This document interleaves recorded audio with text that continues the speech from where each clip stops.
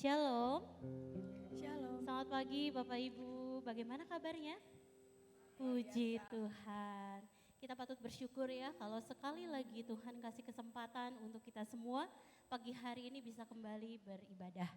Mari kita bangkit berdiri, kita akan buka ibadah kita pada pagi hari ini.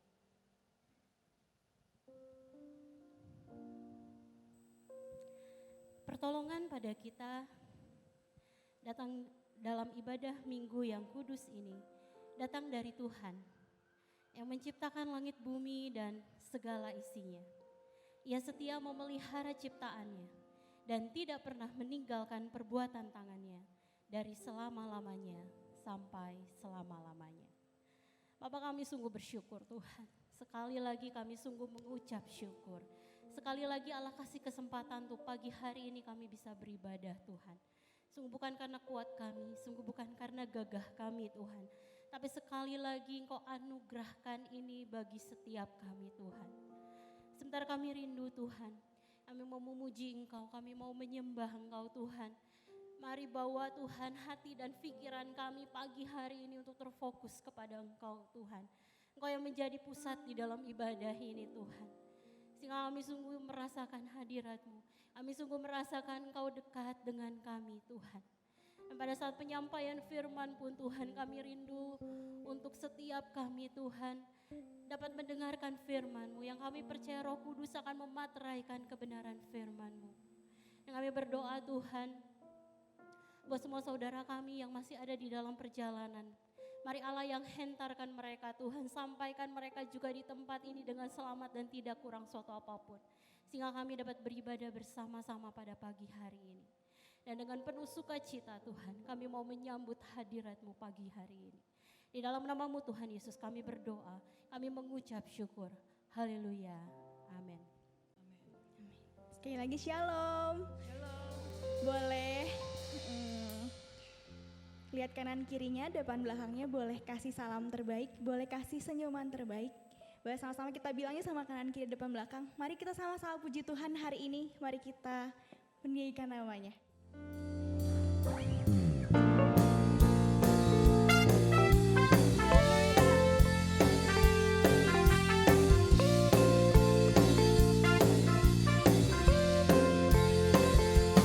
Mari sama-sama katakan, Yesus kau kekuatan di hidupku. Takkan gentar langkahku. Kau angkat tanganku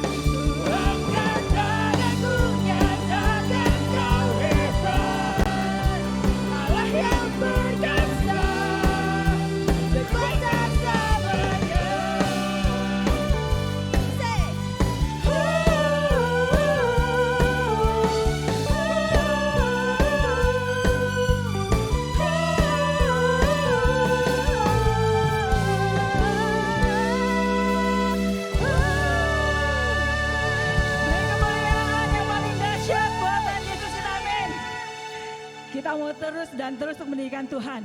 Kita mau bersyukur karena Tuhan kita adalah sumber keselamatan kita dan sumber kekuatan kita. Amin. Come on.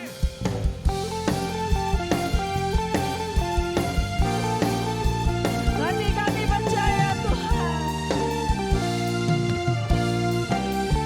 Sama-sama katakan. Tuhanlah kekuatan dan mazmurku.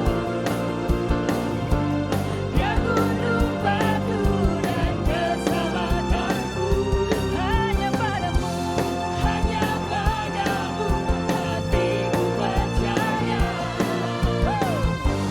Dalam menara dan kota perlindungan.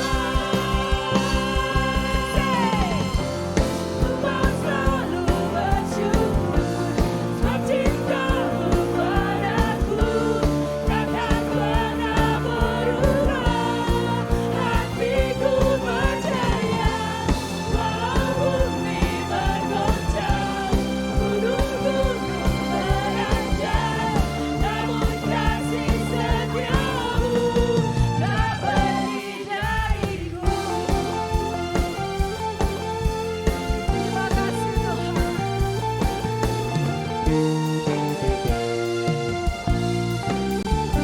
Katakan, Tuhanlah kekuatan dan mazmurku. Dia gunung batu dan keselamatanku. Hanya padamu hatiku percaya. Amin. Dalam menara dan kota perlindungan. Waktu tiba, ku mau selalu bersyukur sebab cintamu padaku takkan pernah berubah. Hatiku percaya walau bumi bergoncang, gunung-gunung beranjak, namun kasih setiamu tak pergi dariku. Musik memuji Tuhan.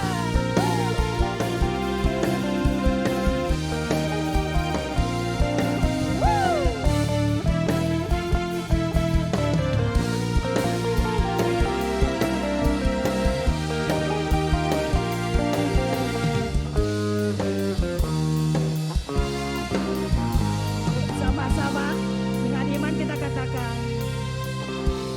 Ku mau selalu bersyukur sebab cintamu padaku takkan pernah berubah. Hatiku percaya walau bumi bergoncang, gunung-gunung beranjak, namun kasih setiamu tak pergi dariku.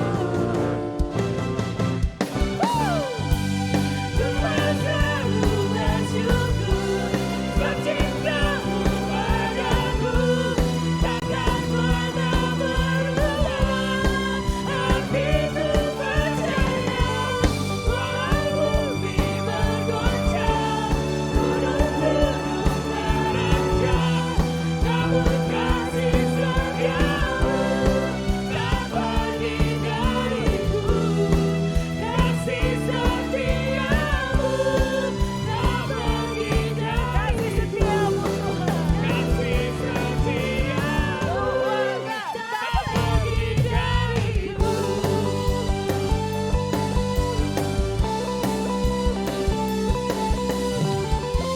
Haleluya, beri kemuliaan buat Tuhan kita Yesus Kristus. Amin. Berikan salah-salah yang terbaik bagi Tuhan kita. Haleluya. Kami datang Tuhan, hari ini kami mau satukan hati kami. Kami datang Tuhan, kami tersungkur di hadapan-Mu. Kami sungguh bersyukur kalau kasih-Mu begitu besar bagi hidup kami.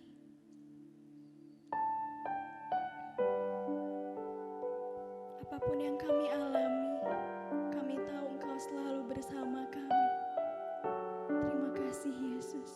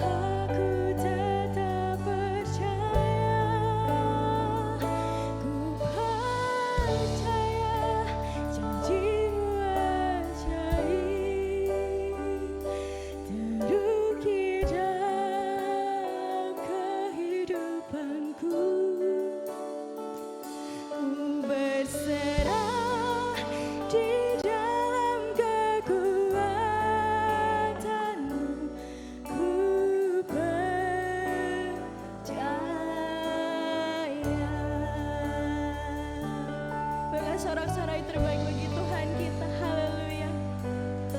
Tidak ada yang lebih besar dari Engkau Yesus, katakan sungguh besar setiamu, Kau nyatakan bagiku. Kau Allah yang selalu mengerti isi hatiku.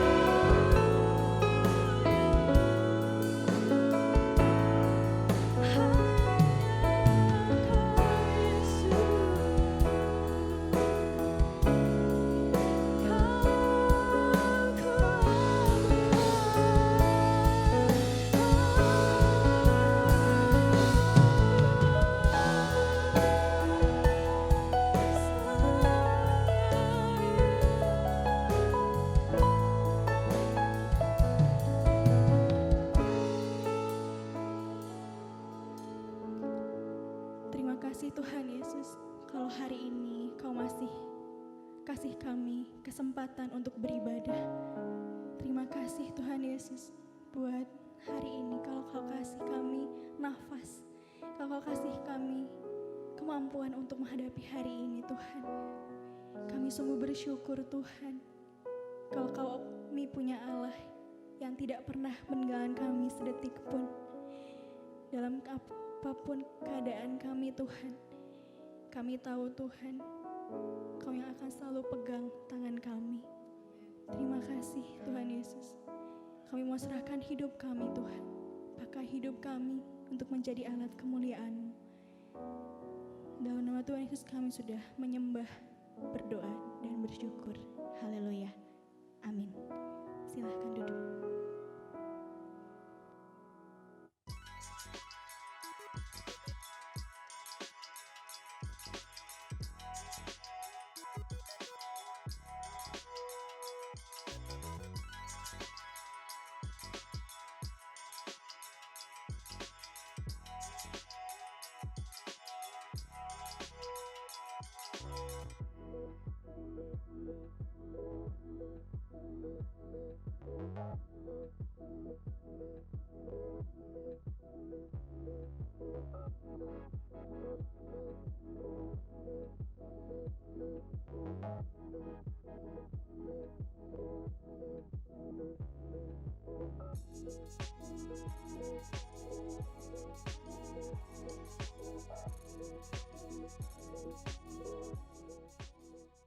Jadilah kehendak-Mu itu benar-benar kita yakin bahwa dalam doa kita yang jadi kehendak Tuhan.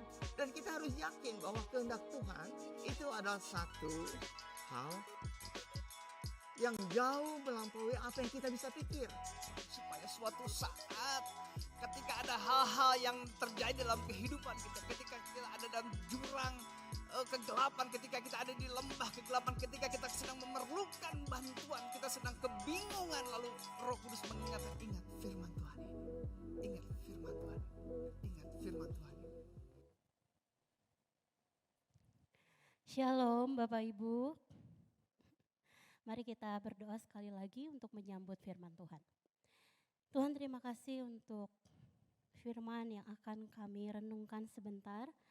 Mari Allah tolong kami Tuhan, ketika kami mendengarkan firman-Mu, kami percaya Roh Kudus yang memateraikan, yang menambahkan hikmat Tuhan, sehingga kami bisa memahami, mengerti, mendapatkan apa yang harus kami lakukan di dalam kehidupan sehari-hari.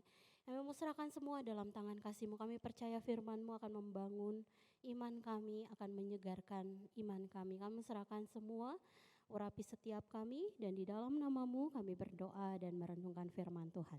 Haleluya. Amin. Bapak Ibu Saudara, pada bulan Juni ini, ya tidak terasa, ini sudah akhir daripada bulan Juni. Ini sudah minggu keempat, ya.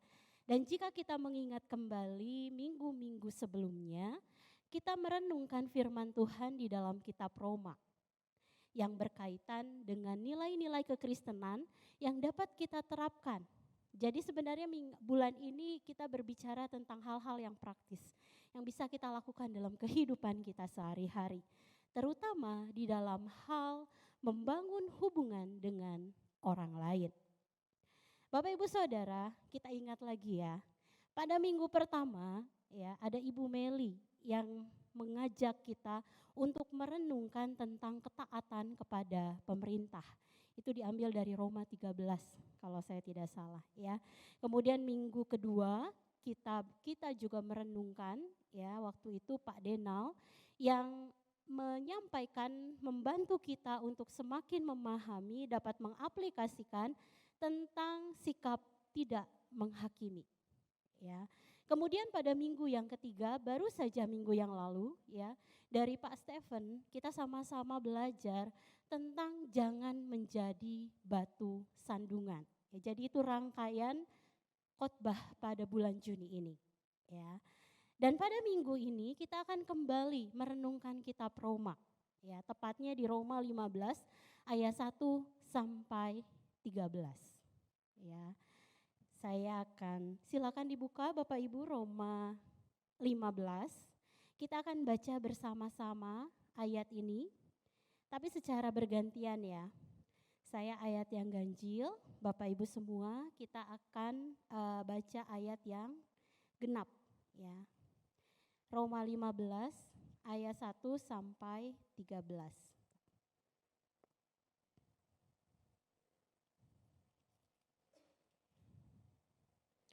Oke, saya akan bacakan ayat yang pertama dan saudara semua akan baca ayat yang kedua, demikian sampai ayat yang ke-13. Roma 15 ayat 1 sampai 13. Orang yang lemah dan orang yang kuat. Kita yang kuat wajib menanggung kelemahan orang yang tidak kuat dan jangan kita mencari kesenangan kita sendiri.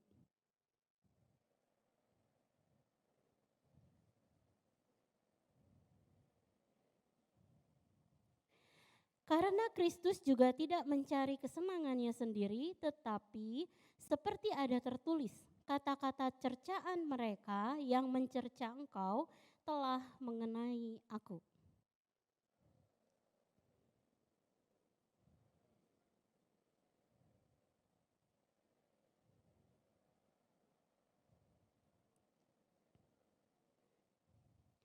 Semoga Allah yang adalah sumber ketekunan dan penghiburan mengaruniakan kerukunan kepada kamu sesuai dengan kehendak Kristus Yesus.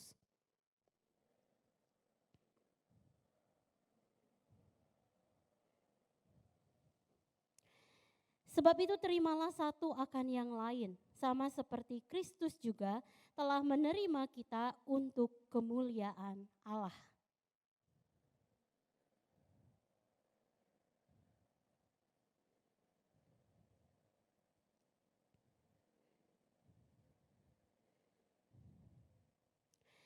Dan untuk memungkinkan bangsa-bangsa supaya mereka memuliakan Allah karena rahmat-Nya, seperti ada tertulis, sebab itu aku akan memuliakan engkau di antara bangsa-bangsa dan menyanyikan mazmur bagi namamu.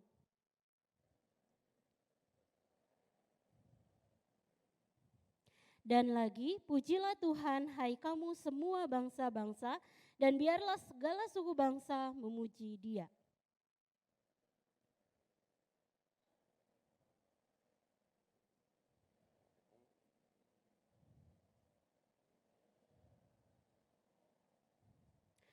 Semoga Allah, sumber pengharapan, memenuhi kamu dengan segala sukacita dan damai sejahtera dalam iman kamu, supaya oleh kekuatan Roh Kudus kamu berlimpah-limpah dalam pengharapan. Saudara, saya ingat waktu sebelum saya berangkat sekolah Alkitab, saya pamit dengan Pak Yohanes waktu itu ya. Dan kemudian ketika saya datang, Om kasih saya nasihat, ya satu nasihat yang sampai saat ini saya masih sering dengar nasihat itu, ya, dan saya ingat nasihat Om, ya. Om bilang gini sama saya, ya, Tel, nanti kalau kamu pergi ke sekolah Alkitab, jangan berpikir bahwa semua orang adalah malaikat. Bapak Ibu Saudara juga mungkin pernah dengar ya kalimat ini ya. Kemudian saya bawa nasihat itu masuk ke dalam sekolah Alkitab. Awalnya saya tidak terlalu mengerti 100% kenapa bilang seperti itu. Ya.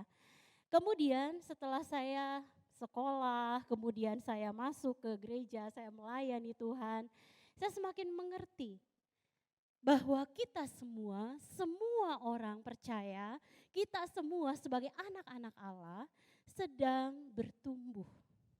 Yang artinya bahwa mungkin sifat-sifat kita yang tidak sesuai dengan firman Tuhan itu bisa jadi muncul ketika kita berkomunitas dengan orang-orang di sekitar kita. Di sekolah teologi juga saya menemukan banyak teman-teman saya yang masih dalam proses. Kita semua masih dalam proses. Ada yang kena hukuman karena mencontek, ada yang kena hukuman karena lain sebagainya gitu ya. Itu membuat saya semakin mengerti bahwa betul kita semua bukan malaikat. Bapak Ibu Saudara, selama sebulan ini kita sudah kita sudah merenungkan ya, apa yang terjadi dengan jemaat di Roma. Ada selisih paham antara jemaat di Roma yang kemudian mendorong Paulus untuk menuliskan surat kepada mereka. Dan mungkin saja ya, karena kondisi kita semua ini sedang dalam masa pertumbuhan ya. Bukan hanya bayi yang bertumbuh ya Bapak Ibu Saudara, kita semua sedang bertumbuh di dalam kerohanian kita. Mungkin saja hal-hal itu juga bisa terjadi. Bisa saja ada kesalahpahaman antara satu dengan yang lain. Atau bisa jadi itu menjadi sebuah konflik antara satu dengan yang lain. Karena kita adalah komunitas Bapak Ibu Saudara, dan kita semua sedang disempurnakan oleh Allah. Kita semua sedang dibentuk untuk menjadi serupa dengan Kristus. Lalu yang terjadi di Roma bisa saja terjadi juga di antara kita. Jika mereka berselisih paham perihal makanan dan minuman saja, mungkin ada banyak hal juga, hal-hal kecil di dalam komunitas kita ini yang bisa mungkin muncul salah paham atau itu menjadikan benih-benih perselisihan. Ya. Dan mungkin ketika kita ada di dalam kondisi tersebut, kalau di luar gereja, ya, kita mungkin bisa kalau beda mungkin ya, kalau menurut saya ya, kalau misalnya di luar kita bisa dengan mudah menerapkan mungkin bacaan-bacaan yang mungkin bukan berasal dari firman Tuhan pun kita bisa terapkan itu dalam kehidupan kita. Tetapi ketika kita ada di gereja dan konflik terjadi, ketika kita ada di gereja dan selisih paham itu terjadi, miskomunikasi itu terjadi, mungkin saja di dalam pikiran kita muncul pertanyaan, tolong slide saya. Mungkin muncul pertanyaan, what should Christian do? Yang pertama. Ini judul perenungan kita pada pagi hari ini. Apa yang seharusnya orang Kristen lakukan dalam situasi ini? Apa yang seharusnya orang Kristen lakukan di dalam situasi itu? Ya. Dalam bagian firman Tuhan ini, kita nanti sebentar akan melihat Rasul Paulus menekankan ada dua hal yang perlu dilakukan oleh semua orang beriman kepada saudara seiman lainnya ketika hidup dalam suatu komunitas rohani yang sama. Jadi setelah minggu pertama Ibu Meli menyampaikan bahwa kita harus belajar taat kepada pemerintah. Minggu kedua kita belajar tentang jangan menjadi batu sandungan. Minggu ketiga kita belajar jangan menghakimi. Minggu ini kita akan belajar tentang dua hal lain yang terutama dapat kita terapkan di antara kita sebagai orang beriman. Yang pertama adalah, next slide. Yang pertama yaitu tidak mencari kepentingan diri sendiri. Next slide. Saya sudah tuliskan di sini ya. Silakan dilihat ada ayatnya. Tadi juga kita sudah baca. Kita yang kuat wajib menanggung kelemahan orang yang tidak kuat. Dan jangan kita mencari kesenangan diri kita sendiri. Bapak Ibu Saudara, ada kata jangan kita mencari kesenangan diri sendiri. Kesenangan diri sendiri yang dimaksud di sini itu adalah keinginan yang bertujuan untuk memuaskan atau hanya menyenangkan diri sendiri saja tanpa mempedulikan orang lain. Apa yang saya mau, itu yang saya lakukan. Orang lain dampaknya apa? Enggak dipikirin. Saya mau ini, saya lakukan. Orang lain terluka karena itu, saya tidak peduli. Ya, itu adalah kesenangan yang bertujuan untuk memuaskan saja atau menyenangkan diri sendiri saja tanpa peduli dengan orang lain. Rasul Paulus sebenarnya di dalam ayat ini mau menekankan kepada setiap kita sebagai sesama orang beriman adalah agar kita belajar menahan diri. Kita belajar menyangkal diri. Lalu siapa yang patut kita pedulikan? Mungkin pertanyaan itu timbul. Lalu siapa yang patut untuk kita pedulikan? Mari kita perhatikan ayat yang kedua. Next slide. Ayat yang kedua, di sini dibilang setiap orang di antara kita. Setiap orang itu artinya saya dan saudara. Setiap orang artinya kita semua harus mencari kesenangan sesama kita demi kebaikannya untuk membangunnya. Oleh sebab itu sangat penting Bapak Ibu Saudara bagi kita semua untuk kita bisa membaca firman Tuhan secara utuh. Jangan setengah-setengah. Ayat kedua lebih menjelaskan kepada kita. Nanti kita akan lihat ada tujuan di situ.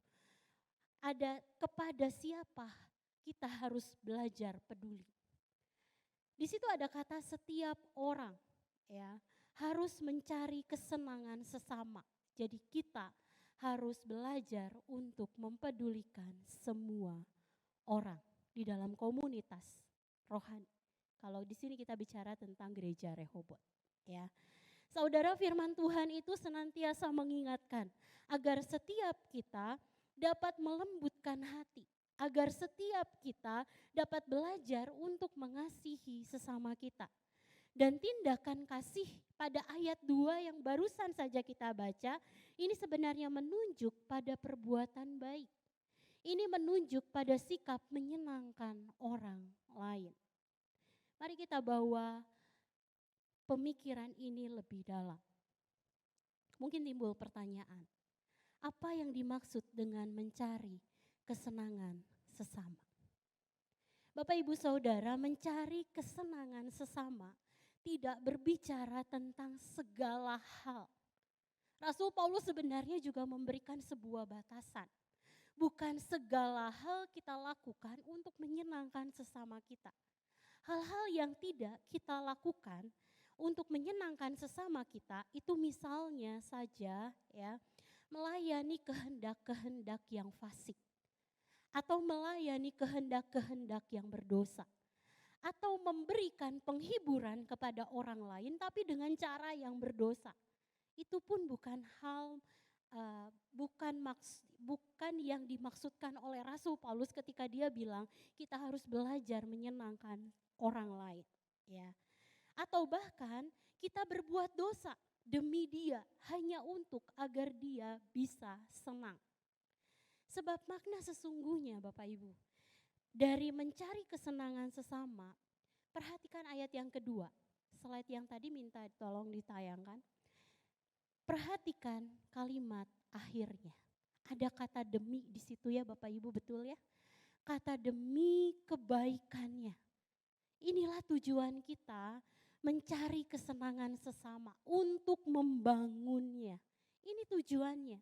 Ini goal yang akan dicapai ketika kita mencari kesenangan sesama. Membangunnya dalam hal apa Bapak Ibu? Membangunnya di dalam hal kerohanian.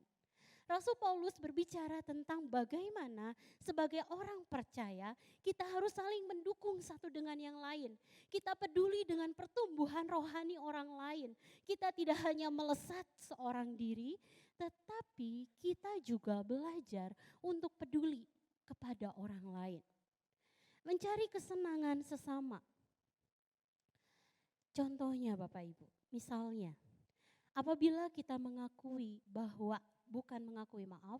tapi mengetahui bahwa saudara seiman kita kekurangan pengetahuan akan kebenaran Allah. Maka alangkah baiknya apabila setiap kita menambahkan pengetahuan tersebut. Jadi ketika kita tahu bahwa saudara seiman kita tidak mengetahui tentang sesuatu, jangan abaikan itu. Tetapi mari agar setiap kita jika kita mengetahui maka tambahkan pengetahuan itu kepada saudara seiman kita. Itu yang dimaksud Rasul Paulus ketika berbicara mencari kesenangan sesama. Kemudian apabila ada saudara seiman kita misalnya yang hidup dalam dosa. Di dalam komunitas yang lebih kecil mungkin ada sebuah pengakuan yang muncul ketika dibilang saya berdosa. Saya melakukan ini, saya melakukan itu. Maka alangkah baiknya agar kita tidak menghakimi orang tersebut.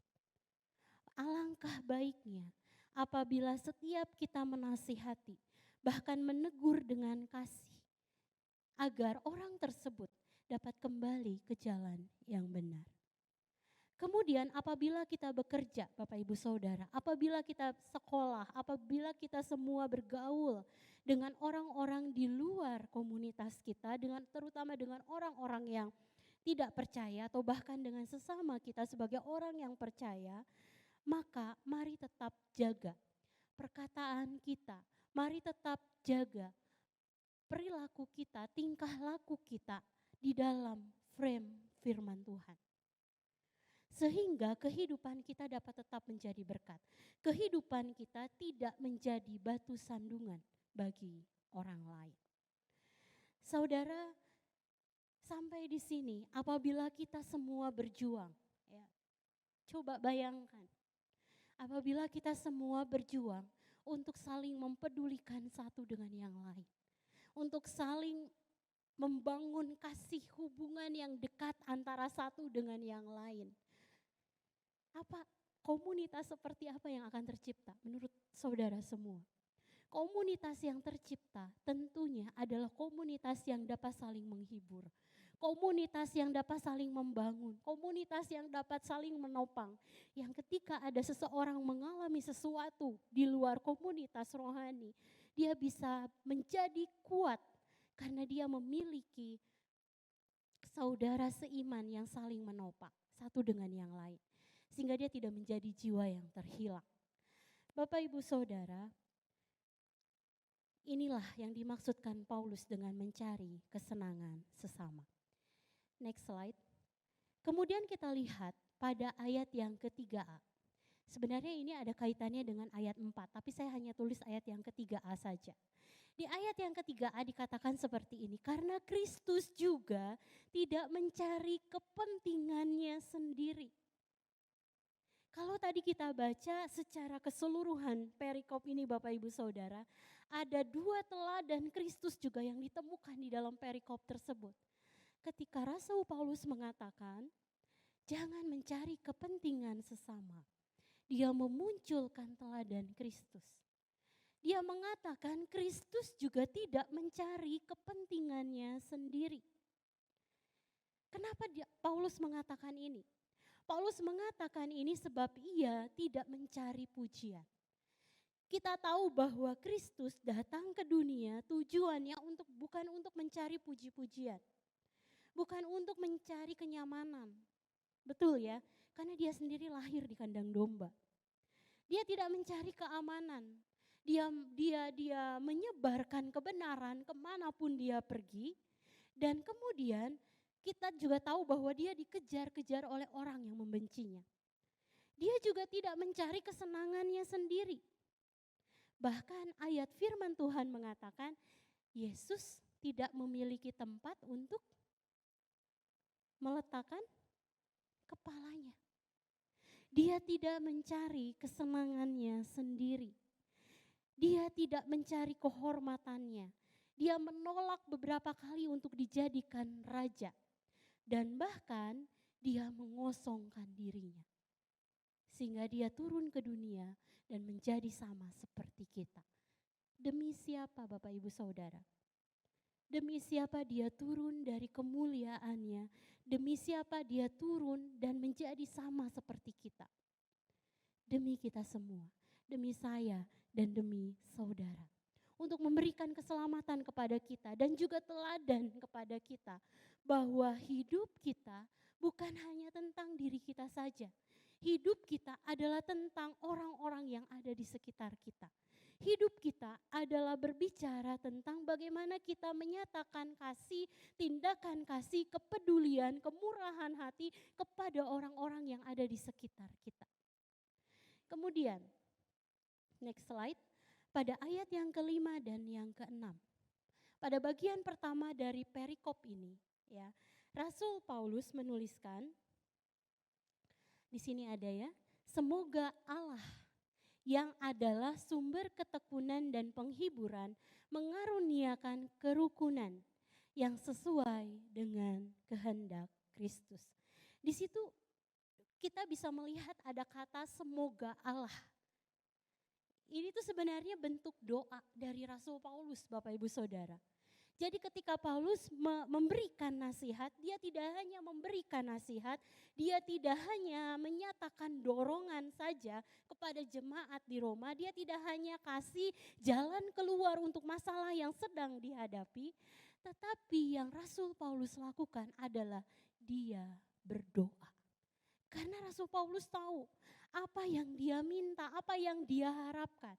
Coba kita perhatikan di ayat ini. Semoga Allah yang adalah sumber ketekunan dan penghiburan mengaruniakan apa Bapak Ibu Saudara?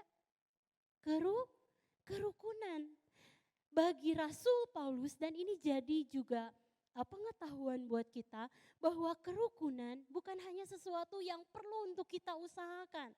Bukan hanya sesuatu yang perlu saja kita usahakan dan kita bangun dengan komunitas kita. Tetapi juga sesuatu yang perlu untuk kita doakan. Di ayat ini jelas sekali dikatakan, karena yang dikehendaki oleh Rasul Paulus itu adalah bahwa kerukunan yang dia mau adalah kerukunan yang sesuai dengan kehendak Allah. Dan itu adalah karunia. Makanya kenapa Rasul Paulus mendoakan agar jemaat Roma memiliki kerukunan. Dengan demikian pada bagian pertama ini Bapak Ibu Saudara, marilah setiap kita mengambil komitmen untuk berusaha hidup bagi orang lain. Tidak mencari kepentingan diri sendiri, berbicara tentang hidup kita untuk orang lain. Dan setelah kita berusaha, kita berjuang untuk membangun hubungan, menyatakan kasih kepada orang lain, mari kita bawa juga di dalam doa. Mari kita berdoa memohonkan kerukunan yang sesuai dengan kehendak Allah. Lalu, next slide, yang kedua. Yang kedua, jadi yang pertama itu adalah dua hal ya yang Rasul Paulus nasihatkan. Yang pertama tidak mencari kesenangan diri sendiri, lalu yang kedua itu adalah saling menerima satu dengan yang lain. Ini ada dalam bagian ayat 7 sampai 12. Next slide. Kita akan lihat ayat yang ke-7. Di sini dituliskan demikian. Sebab itu terimalah satu akan yang lain. Ini adalah perintah. Ini adalah sesuatu yang Rasul Paulus harapkan terjadi di dalam jemaat Roma. Terimalah satu akan yang lain. Perhatikan sekali lagi, Rasul Paulus tidak hanya berbicara, tapi dia juga memunculkan teladan Kristus yang kedua. Sama seperti Kristus juga telah menerima kita. Jadi kita belajar menerima orang-orang di sekitar kita, kita belajar untuk mengasihi orang-orang di sekitar kita karena kita juga sudah menerima itu dari Kristus. Karena kita juga sudah menerima kasih dari Allah kita. Kalau di dalam bahasa aslinya kata terimalah, kalau nggak salah next slide ada ya. Terimalah dalam bahasa aslinya itu adalah proslambano. Proslambano ini artinya mengakui atau mengizinkan masuk dalam hubungan persahabatan. Kristus selama kita masih jadi seteru, dia sudah menerima kita. Dan ketika dia mati di kayu salib, Bapak Ibu Saudara, sebenarnya dia sedang mengizinkan kita masuk ke dalam satu hubungan yang lebih dekat dengan dia. Tidak ada lagi yang namanya jurang antara kita dengan Allah. Tidak ada.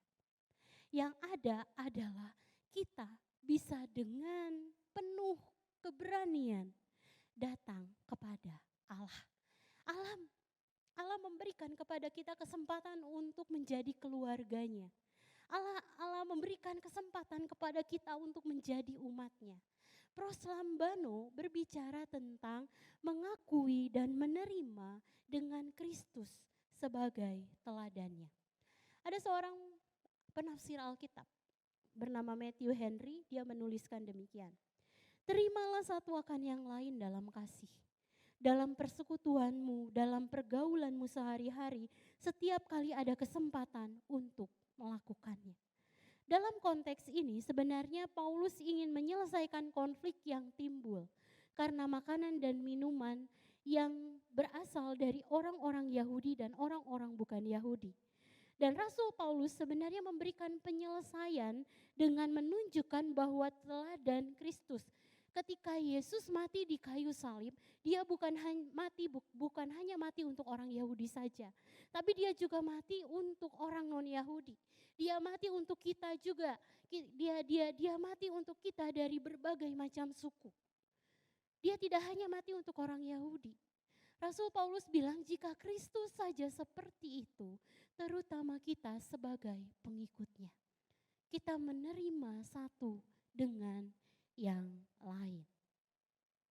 Tujuan kita, next slide, tujuan kita menerima satu dengan yang lain sebenarnya adalah untuk memuliakan Allah. Karena kerukunan yang tadi yang kita ingat itu menjadi doa daripada Rasul Paulus, kerukunan tersebut itu akan menjadikan tubuh Kristus bersatu. Dan tubuh Kristus yang bersatu ini tentu akan bisa membawa dampak yang besar bagi lingkungan kita, bagi kota kita, bagi negara kita. Dan dampak ini juga tentu diharapkan untuk kita semua bisa dapatkan. Terimalah satu dengan yang lainnya. Misalnya Bapak Ibu Saudara dapat dilakukan dengan cara berdamai dengan kelemahan orang lain. Kita yang sudah mengikuti kelas core tentu pernah belajar tentang ini ya. Berdamai dengan kelemahan orang lain. Dengan cara apa? Dengan cara mengampuni, dengan cara menerima. Setiap orang memiliki latar belakang yang berbeda-beda, memiliki cara yang berbeda-beda. Saya ketemu dengan satu teman saya yang teman sepelayanan ya, dia orang Sumba. Waktu saya kuliah saya ketemu sama dia dan dia jadi teman tim saya ketika saya berangkat ke Sumba. Bapak Ibu Saudara, satu hal yang menarik, dia itu cewek ya, tapi dia itu tangguhnya luar biasa. Dia itu bisa bawa meja, dia angkat meja sendiri. Kemudian dengan mudah dia bisa naik, kemudian dia membersihkan atas ruang kelas waktu itu. Jadi dia tumpuk beberapa meja dan dia naik dengan mudahnya. Saya agak terkejut ya melihat, wah perempuan bisa seperti itu gitu ya. Kemudian dia tuh kalau ngomong suaranya keras Bapak Ibu. Jadi ngomong di dekat telinga saya juga dia kadang suka teriak-teriak. Saya sih oke, saya berusaha untuk menerima, tapi saya belum ngerti ini kenapa ya kok dia begini gitu ya. Akhirnya berangkatlah kami ke Sumba. Sampai di Sumba, saya baru tahu kalau Sumba itu adalah salah satu daerah yang masih cukup gersang dan banyak tanah kosong. Jadi lahannya pun lahan yang cukup berbukit-bukit gitu ya. Dari tempat satu ke tempat lain dia harus jalan turun bukit dan naik ke bukit. Tapi dari situ saya tahu, pertama, kenapa dia begitu tangguh. Karena dari kecil dia bantu mamahnya untuk bawa barang-barang jualan ke pasar. Lewati lembah, turuni bukit. Itu yang dia kerjakan. Dia lompat-lompat dengan mudah. Makanya ketika saya ada di sana, kalau saya tanya misalnya ya, saya dari gereja satu ke gereja yang lainnya itu jaraknya dekat atau jauh. Jangan tanya itu ya Bapak Ibu ya. Karena kalau tanya dekat atau jauh mereka pasti bilang dekat. Kenapa? Karena mereka terbiasa jalan kaki. Biasa kaki mereka ini kuat sekali untuk turun ke bawah, naik itu mudah sekali buat mereka. Kemudian saya tahu kenapa dia suaranya jadi keras. Karena jarak satu rumah, dia tinggal di daerah yang jarak satu rumah dengan rumah lainnya cukup jauh. Jadi kalau ngobrol sama tetangganya, dia harus teriak Bapak Ibu. Dia harus teriak dengan suara yang cukup keras. Dia harus, wuih gitu ya. Jadi saya tahu gitu. Ya, terimalah satu dengan yang lain. Ya, kita belajar untuk kita mengenal dia, baik kelemahan-kelemahan dia maupun kelebihan-kelebihan dia. Tidak dengan mudah menghakimi seseorang hanya karena mereka memiliki tradisi dan cara yang berbeda dengan kita. Terimalah satu dengan yang lain juga berbicara tentang bagaimana kita memiliki kelapangan hati. Bagaimana kita memiliki keluasan hati ketika kita melihat orang lain lebih sukses daripada kita. Ketika kita melihat orang lain dikasih Tuhan lebih banyak talenta daripada kita. Gitu ya. Terimalah satu dengan yang lain, itu artinya ketika kita melihat kelebihan orang lain, kita tidak mengizinkan perasaan iri hati menguasai diri. Sehingga bahkan mungkin kita menolak. Karena kita terlalu iri sama orang tersebut, dia punya banyak talenta, dia punya banyak kelebihan, dia dikasih hidup yang jauh lebih baik daripada saya. Dan karena itu saya nggak mau peduli sama dia. Walaupun misalnya saya tahu, saya nggak mau kasih tahu dia. Walaupun saya bisa melakukan kebaikan untuk dia, saya nggak mau lakukan kebaikan untuk dia. Walaupun saya bisa tulus untuk dia, saya nggak mau tulus untuk dia. Karena apa? Karena terlalu iri. Terimalah satu dengan yang lain. Berbicara bagaimana kita menerima orang lain. Sama seperti Kristus telah menerima kita. Bahkan ketika kita masih ada di dalam dosa. Dengan demikian Bapak Ibu, marilah setelah kita berusaha untuk tidak mencari kepentingan diri sendiri, tetapi sesama saudara seiman, marilah kita juga belajar untuk menerima saudara seiman kita sama seperti Kristus telah menerima kita. Ayat yang terakhir, next slide. Ayat yang ke-13, Bapak Ibu Saudara. Ini agak panjang ya. Di sini dituliskan demikian, semoga Allah, kembali kalimat ini muncul Bapak Ibu Saudara. Semoga Allah, yang ini menunjukkan Rasul Paulus kembali berdoa. Semoga Allah sumber pengharapan memenuhi kamu dengan segala sukacita dan damai sejahtera dalam iman kamu. Supaya oleh kekuatan Roh Kudus kamu berlimpah-limpah dalam pengharapan. Di dalam doanya, Rasul Paulus memohonkan agar semua orang Kristen, ketika kita hidup berkomunitas, kita dapat dengan bersungguh-sungguh belajar untuk sekali lagi tidak mencari kepentingan diri kita sendiri. Dan kita belajar untuk berharap juga kepada Allah yang akan mengaruniakan sukacita dan damai sejahtera dalam hati ketika kita berjuang untuk hidup bagi sesama kita. Dan memiliki pengharapan yang berlimpah-limpah untuk memperoleh kerukunan sejati yang berasal dari Allah. Slide terakhir, saudara, ketika kita diperhadapkan dengan situasi yang mungkin timbul ketika kita hidup berkomunitas, seperti adanya kesalahpahaman, adanya perselisihan dan lain sebagainya, dan mungkin timbul pertanyaan di dalam diri kita, what should Christian do? Apa yang seharusnya dilakukan orang Kristen? Maka mari ingatlah teladan Kristus, bahwa ia tidak mementingkan dirinya sendiri dan menerima saudara seiman lainnya dengan kasih persaudaraan yang tulus. Mari kita berdoa. Bapak, sungguh kami mengucap syukur Tuhan, kami sungguh berterima kasih untuk kebenaran firman-Mu yang sudah disampaikan kepada kami Tuhan. Mari Tuhan di dalam perenungan kami secara pribadi, mari bawa kami untuk semakin dalam memahami kebenaran ini Tuhan. Mari bawa kami Tuhan juga kami memiliki hati yang rindu untuk mengaplikasikan kebenaran ini dalam kehidupan kami, terutama pada saat kami berkomunitas di Rehoboth ini Tuhan. Mari Tuhan ajar kami untuk kami selalu mengingat bahwa Engkau adalah teladan kami di dalam hal tidak mementingkan diri sendiri. Dan Engkau adalah teladan kami di dalam hal saling menerima satu dengan yang lain.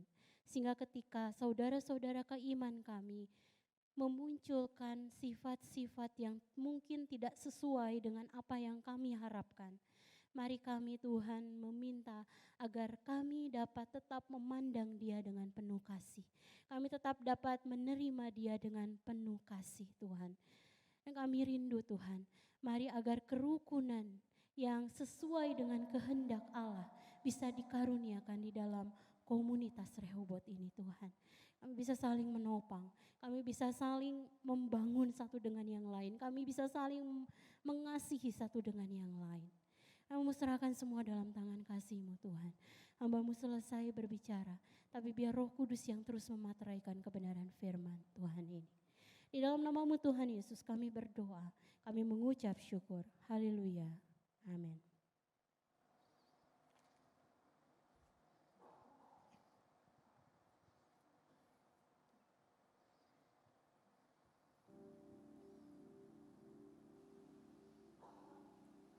Puji Tuhan saudara, seperti kita tahu bersama-sama bahwa Tuhan menciptakan kita manusia sebagai makhluk bertuhan dan makhluk sosial. Makhluk bertuhan bagaimana hubungan kita dengan Tuhan, dan makhluk sosial bagaimana kita berhubungan dengan sesama. Dan khotbah pada bulan ini itu berbicara bagaimana kita berhubungan dengan sesama kita dan kita boleh menjadi berkat bagi sesama kita. Saudara, perjamuan kudus seperti kita tahu bersama-sama, yang dapat mengikuti perjamuan kudus adalah saudara kita yang sudah dibaptis tentu. Dan untuk baptisan sudah dimulai kelas katekisasi kemarin hari Sabtu, dan itu akan berlangsung 10 pelajaran. Supaya kita mengerti benar-benar apa artinya perjamuan kudus, apa artinya Yesus mati di atas kayu salib, dan dasar-dasar kekristenan yang lain. Sehingga pada waktu kita menerima sakramen ini, kita sungguh-sungguh mengerti akan kasih karunia Tuhan yang begitu besar dalam kehidupan kita. Sebelum kita akan makan dan minum perjamuan kudus ini, roti dan anggur, saya akan bacakan firman Tuhan untuk kita semua. Demikianlah firman Tuhan. Sebab apa yang telah kuteruskan kepadamu, telah kuterima dari Tuhan, yaitu bahwa Tuhan Yesus pada malam waktu ia diserahkan, mengambil roti. Dan sesudah itu ia mengucap syukur atasnya, ia memecah-mecahkannya dan berkata, inilah tubuhku yang diserahkan bagi kamu. Perbuatlah ini menjadi peringatan akan aku. Demikian juga ia mengambil cawan sesudah makan lalu berkata, cawan ini adalah perjanjian baru yang dimeteraikan oleh darahku. Perbuatlah itu setiap kali kamu meminumnya menjadi peringatan akan aku. Sebab setiap kali kamu makan roti ini dan minum cawan ini, kamu memberitakan kematian Tuhan sampai ia datang. Jadi barang siapa dengan cara yang tidak layak makan roti atau minum cawan Tuhan, ia berdosa terhadap tubuh dan darah Tuhan. Karena itu hendaklah tiap-tiap orang menguji dirinya sendiri, dan baru sesudah itu ia makan roti dan minum dari cawan itu. Karena barang siapa makan dan minum tanpa mengakui tubuh Tuhan, ia mendatangkan hukuman atas dirinya. Sebab itu banyak di antara kamu yang lemah dan sakit, dan tidak sedikit yang meninggal. Kalau kita menguji diri kita sendiri, hukuman tidak menimpa kita. Tetapi kalau kita menerima hukuman dari Tuhan, kita dididik supaya kita tidak akan dihukum bersama-sama dengan dunia. Di Tuhan, saudara, kita sudah mempersiapkan seluruh keberadaan kita dalam doa kita masing-masing. Sebab setiap kali akan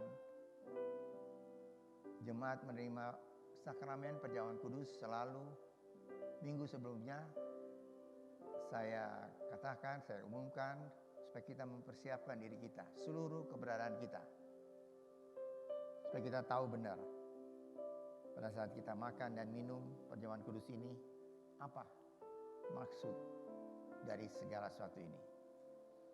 Yaitu Tuhan menyatakan kasih karunia-Nya yang begitu besar untuk kita semua orang yang berdosa.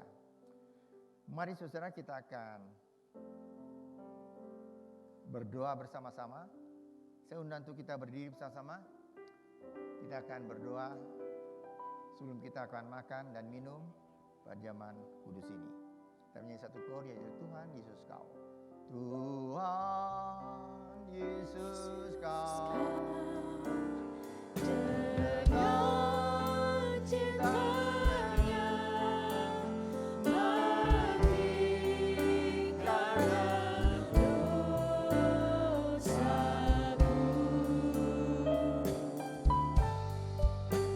Supaya saya percaya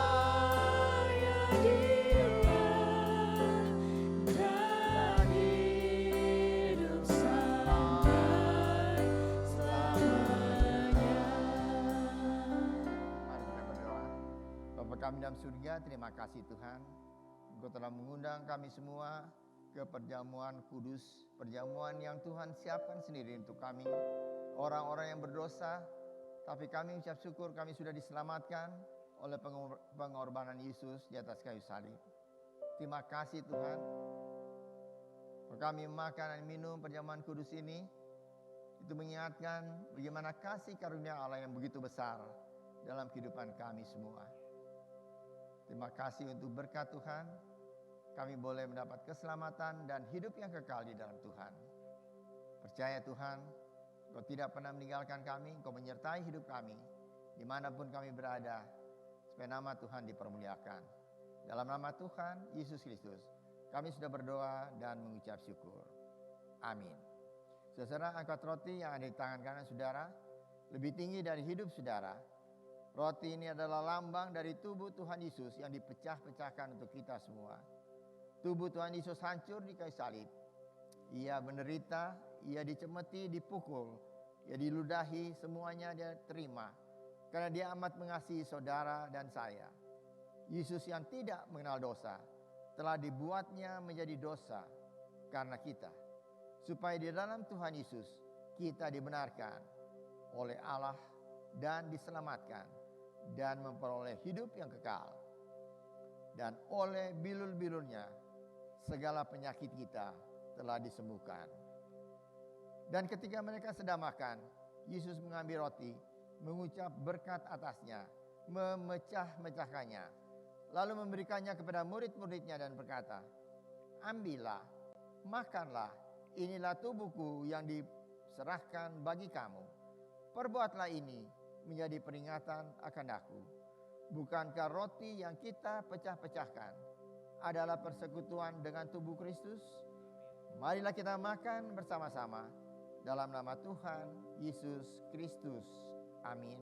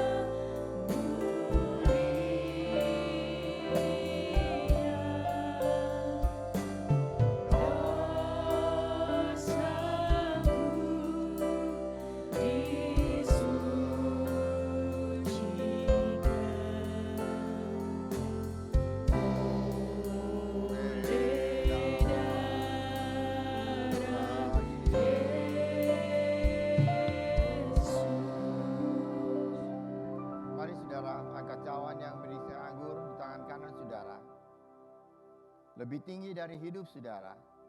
Cawan anggur ini adalah lambang darah Yesus yang tercurah untuk menyucikan segala dosa kita. Bagaimanapun besar, berat, dan hitamnya dosa kita, darah Yesus Kristus menyucikan kita dari segala dosa. Dan jika kita mengaku dosa kita, maka Ia adalah setia dan adil, dan akan mengampuni segala dosa kita dan menyucikan kita dari segala kejahatan. Kita dibenarkan, kita dikuduskan di dalam Kristus, dan diangkat menjadi anak-Nya.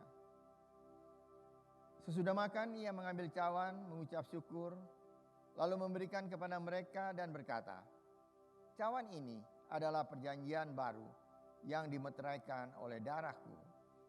Minumlah kamu semua, sebab inilah darahku, darah perjanjian yang ditumpahkan bagi banyak orang untuk pengampunan dosa. Perbuatlah ini setiap kali kamu meminumnya menjadi peringatan akan aku. Bukankah cawan pengucapan syukur yang atasnya kita ucapkan syukur adalah persekutuan dengan darah Kristus? Marilah kita minum bersama-sama dalam nama Tuhan Yesus Kristus. Amin.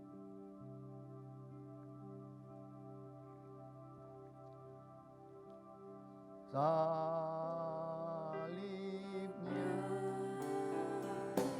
salibnya,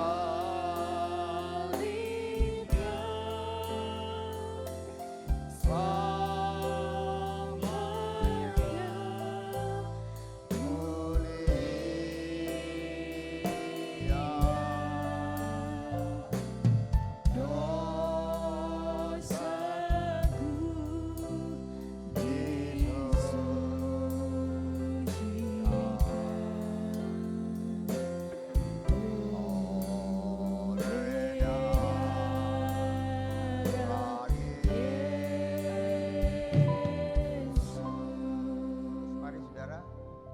mengucap syukur pada Tuhan.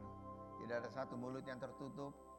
Mari ucapkan syukur atas kasih anugerahnya yang begitu besar dalam kehidupan kita.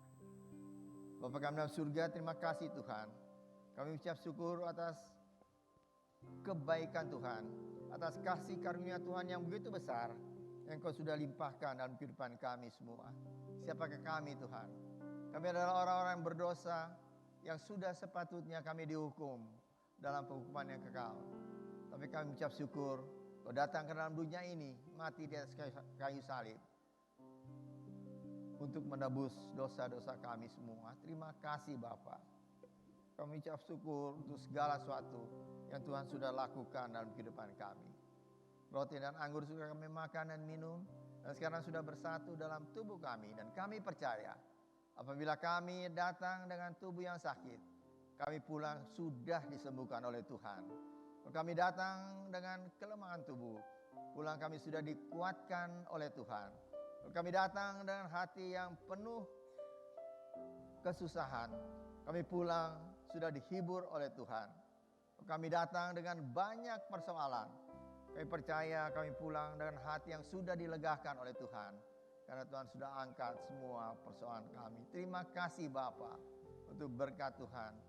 Kami ucap syukur Tuhan, kalau dalam kehidupan kami Engkau senantiasa menyertai kami dimanapun kami berada.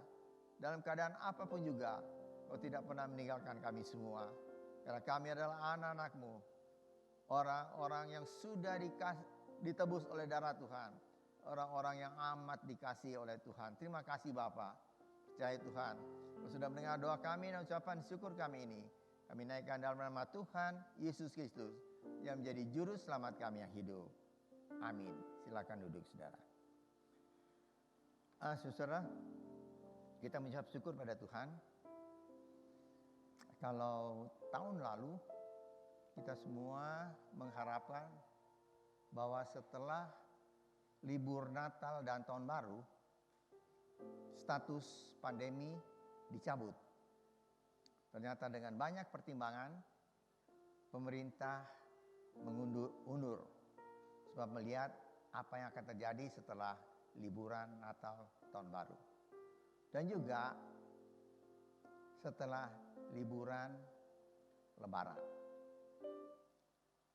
Kita mengucap syukur bahwa doa-doa kita dan doa seluruh umat Kristen di Indonesia didengar oleh Tuhan. Sehingga kita tahu bersama-sama beberapa hari yang lalu status pandemi telah dicabut dan diganti dengan endemi. Apa artinya endemi? Endemi artinya penyakit itu ada, tetapi tidak membahayakan.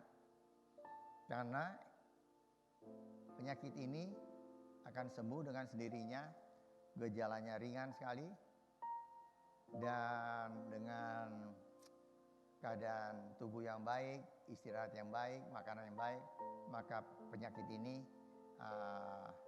akan sembuh dengan sendirinya seperti flu biasa. Tetapi kalau saudara mau tetap pakai masker, silahkan. Dulu pada waktu status pandemi, jemaat yang masuk ke Rehoboth harus cuci tangan, disediakan di sana, harus pakai masker, dan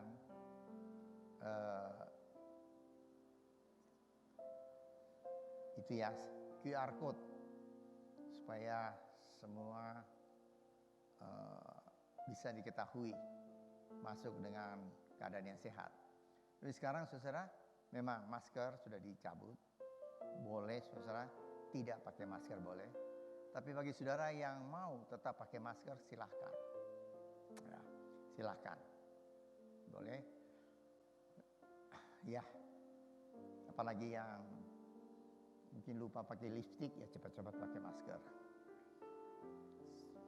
Ya, supaya ketutup.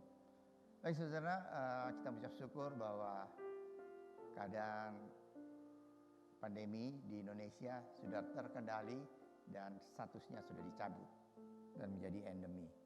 Tetapi kita tetap berdoa untuk pemerintah yang tetap mengatasi keadaan ekonomi di negara kita. Supaya Tuhan tolong ya. Baik saudara, mari kita akan tutup ibadah kita dengan doa. Saya untuk undang kita berdiri bersama-sama dan kita akan masuk di dalam doa. Mari kita berdoa. Bapa kami dalam surga, terima kasih Tuhan untuk berkat Tuhan bagi kami semua. Kami ucap syukur Tuhan, Engkau telah memimpin seluruh kebaktian pagi hari ini dari awal hingga selesai dengan berkat Tuhan. Terima kasih Tuhan, Engkau sudah memimpin kami semua.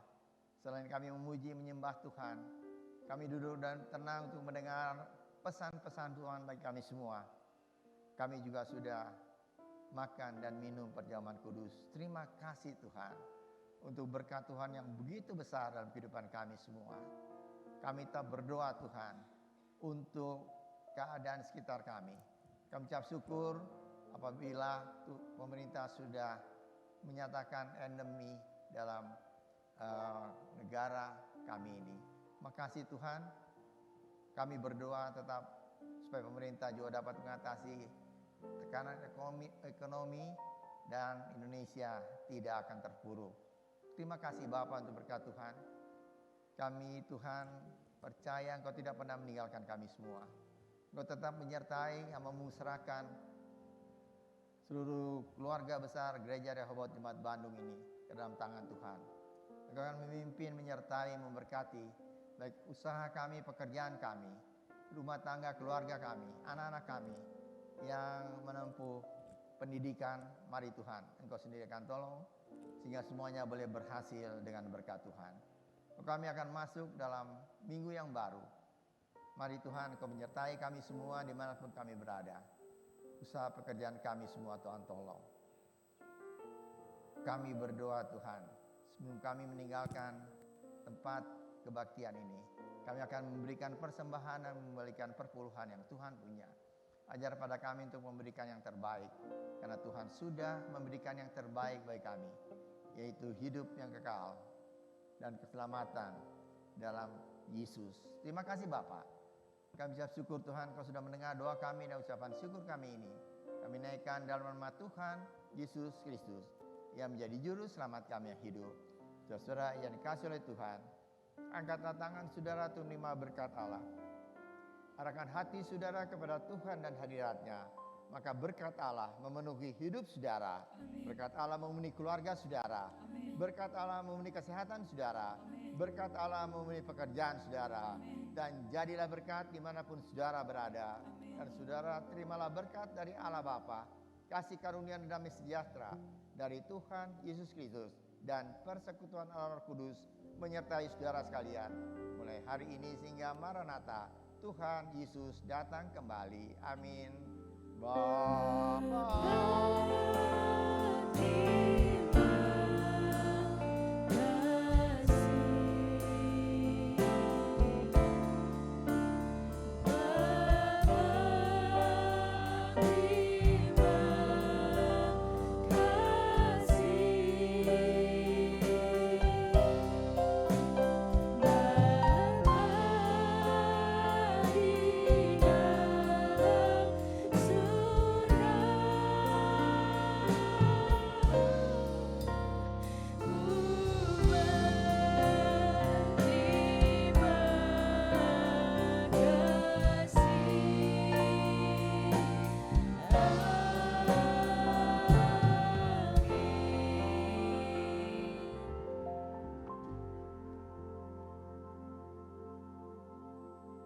Selamat siang, sampai bertemu di ibadah selanjutnya. Tuhan Yesus memberkati.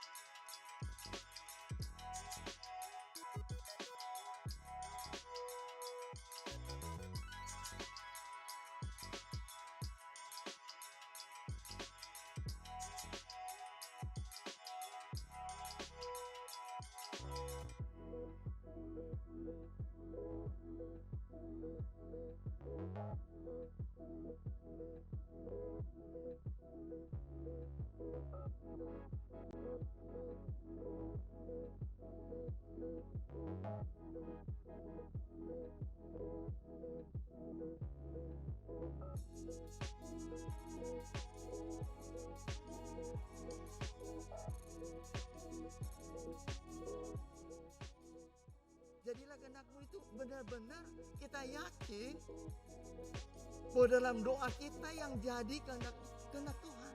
Dan kita harus yakin bahwa kehendak Tuhan itu adalah satu hal yang jauh melampaui apa yang kita bisa pikir. Supaya suatu saat ketika ada hal-hal yang terjadi dalam kehidupan kita, ketika kita ada dalam jurang kegelapan, ketika kita ada di lembah kegelapan, ketika kita sedang memerlukan bantuan, kita sedang kebingungan, lalu Roh Kudus mengingatkan, ingat firman Tuhan.